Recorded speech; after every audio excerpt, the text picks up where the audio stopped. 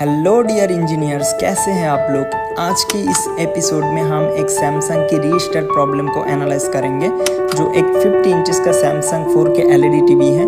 अगर मेरी बातों को ध्यान से आप समझोगे तो आपको काफ़ी कुछ सीखने के लिए मिल सकता है इस वीडियो के अंदर। स्टार्ट करने से पहले हमें कुछ चीज़ों को ध्यान में रखना होगा। इसका जो मॉडल नंबर होंगे उस मॉडल नंबर को हमें ध्यान में रखना होगा, क्योंकि मॉडल नंबर के अकॉर्डिंग में उसके अंदर पैनल जो है वो चेंजेस होते रहते हैं। ठीक है, तो हमारा इसके अंदर जो मॉडल नंबर यूज़ किया गया है वो कुछ ये वाला मॉडल नंबर है, तो हम इसको ध्यान में रखेंगे। उसके बाद आगे प्रॉब्लम हम देखते हैं। ये जो लेटेस्ट सैमसंग टीवी होता है इसके अंदर एक कॉमन प्रॉब्लम होता है रीस्टार्ट प्रॉब्लम। तो रीस्टार्ट दो टाइप के होता है, उसमें एक पिक्चर विथ रीस्टार्ट होता है और एक विदाउट पिक्चर रीस्टार्ट होता है। हमारी केसेस में 30 सेकेंड पिक्चर बनता है और उसके बाद ये प्रोटेक्शन में चले जाता है कुछ इस तरीके से। अगर हम प्रॉब्लम को दोबारा प्ले करें तो यहाँ पर आप देख सकते हैं ये पिक्चर अभी ऑन हुआ है और उसके बाद यहाँ पे एक वर्टिकल रोलिंग टाइप का एक कॉन्सेप्ट हो रहा था और उसके बाद ये क्या है प्रोटेक्शन में चले जाता है। तो कुछ इस तरीके से सिम्टम्स इसके अंदर हो रहा है। अगर हम प्रॉब्लम को समझने के लिए कोशिश करें तो यहाँ पे जो प्रॉब्लम है वो जब टीवी ऑन होता है तो बिल्कुल क्लियर पिक्चर होता है और उसके बाद जब ये पिक्चर बंद हो जाता है तो टीवी क्या होता है रीस्टार्ट होता है दोबारा से। प्रॉब्लम को एनालाइज करने के लिए अभी हम क्या करेंगे, इसका जो मदरबोर्ड है उसको एक बार देखेंगे, ये कैसे टाइप के मदरबोर्ड है और उसके बाद इसके अंदर जो पैनल यूज़ किया गया है वो कौन सा कंपनी का पैनल है। अभी हम चलते हैं पैनल की तरफ और इसके अंदर पैनल का कौन सा वर्जन लगा हुआ है उसी के अकॉर्डिंग में हम आगे की प्रोसेस देखेंगे। सो यहाँ पर आप देख सकते हो एक PT का 50 इंचेस का पैनल लगा हुआ है। हमें पैनल के बारे में पता चल चुका है, तो अब हमें ये कंफर्म करना है प्रॉब्लम कहाँ पर है, वो पैनल की साइड में है या मदरबोर्ड की साइड में है।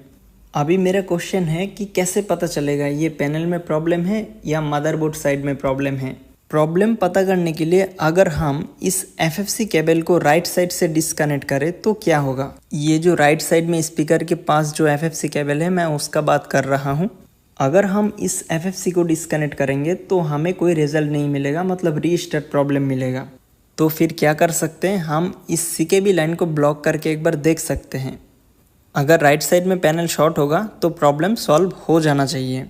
अगर राइट साइड ब्लॉक करने के बाद फिर भी कोई चेंजेस नहीं आया तो हमें एक बार क्या करना पड़ेगा, लेफ़्ट साइड की तरफ देखना पड़ेगा।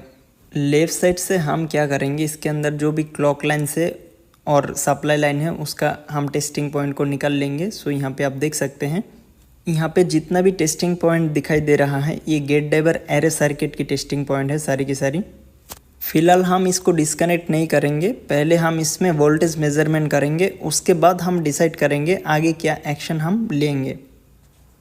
अभी मैं यहाँ पर प्रॉब्लम को एनालाइज करूँगा और उसके बाद मैं एक्सप्लेन करता हूँ क्या प्रॉब्लम है।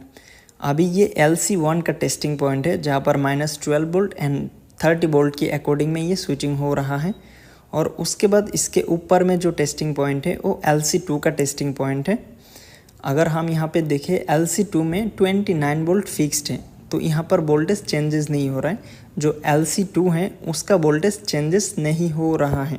अगर हम यहाँ पे देखें तो LC1 का जो टेस्टिंग पॉइंट है यहाँ पे वोल्टेज शिफ्टिंग हो रहा है नॉर्मली, लेकिन जो LC2 का टेस्टिंग पॉइंट है यहाँ पर वोल्टेज शिफ्टिंग नहीं हो रहा है, तो ये एबनॉर्मल दिखा रहा है।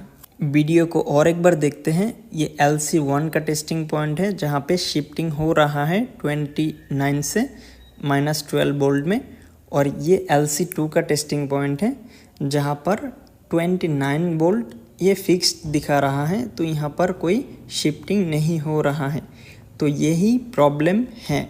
ठीक है, हमें प्रॉब्लम मिल गया है, LC2 में प्रॉब्लम है, लेकिन प्रॉब्लम कहाँ है, पैनल में है कि मदरबोर्ड साइड में प्रॉब्लम है।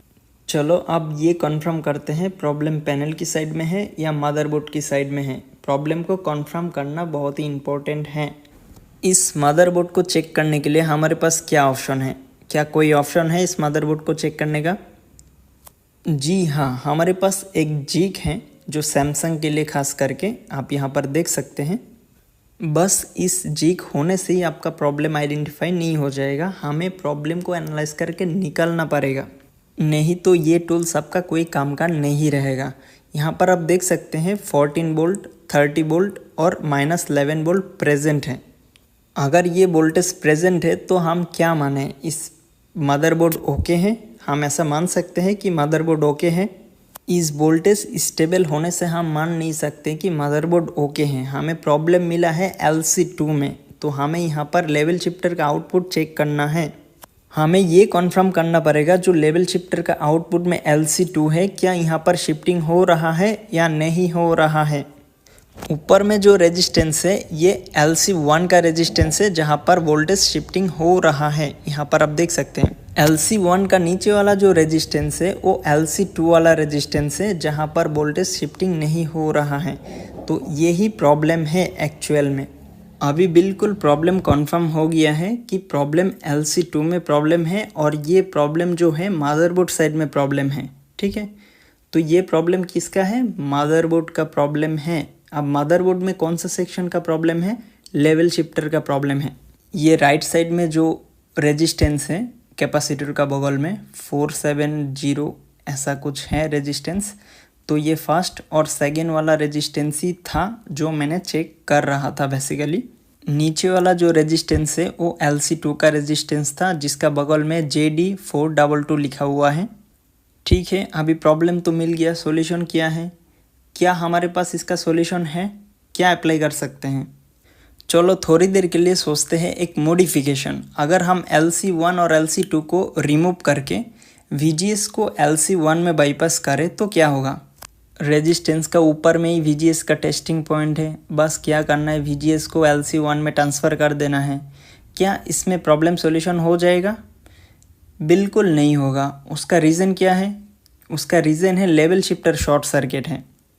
इस लेवल शिफ्टर के अंदर में दो मॉसफेट लगा हुआ है, एक अपर मॉसफेट है और एक लोअर मॉसफेट है जो VGS और VGL को स्विचिंग कर रहा है।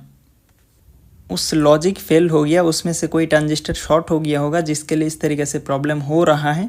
अगर ऐसा प्रॉब्लम होगा तो IC ओवरहीटिंग होगा, क्योंकि लेवल शिफ्टर IC के अंदर में शॉर्ट सर्किट है। तो ऑब्वियसली अगर शॉर्ट सर्किट आइडेंटिफाई होता है तो IC प्रोटेक्शन में जाएगा कंपलसरी।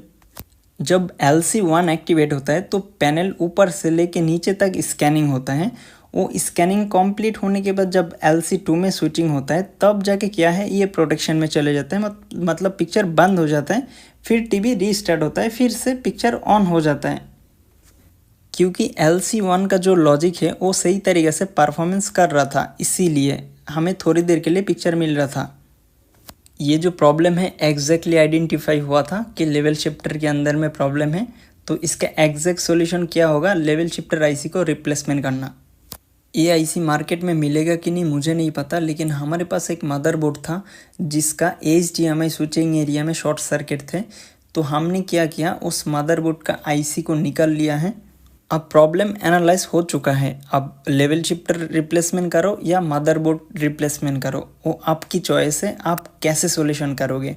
हमारे पास ये पुराना बोर्ड थे जिसके ज़रिए हम क्या किया, उसका IC को निकाल लिया है और उसके बाद हम इसको रिप्लेसमेंट कर दिया है। बेसिकली हम लोग मदरबोर्ड ही चेंज करते हैं अगर IC अवेलेबल नहीं होता है तो, क्योंकि ऑप्शन भी नहीं है ना, IC के बगैर तो ये काम नहीं करेगा।